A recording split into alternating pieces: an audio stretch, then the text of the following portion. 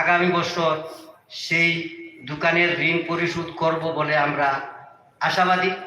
তারপর আমরা আগামী বছর কাজ, নতুন কাজ কিছু হাতে নিয়েছি।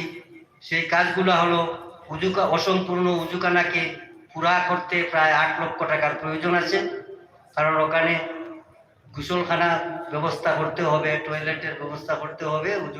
সম্পূর্ণভাবে সেটাকে কমপ্লিট করতে হলে 8,000 টাকার প্রয়োজন।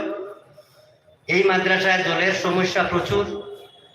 সেই জলের সমস্যাকে সমাধান করতে গিয়ে কার্যকারী কমিটি যেসব সিদ্ধান্ত নিয়েছে, যেসব পরিকল্পনা নিয়েছে, সেই পরিকল্পনাকে পূরণ করতে হলে 6 লক্ষ টাকার প্রয়োজন।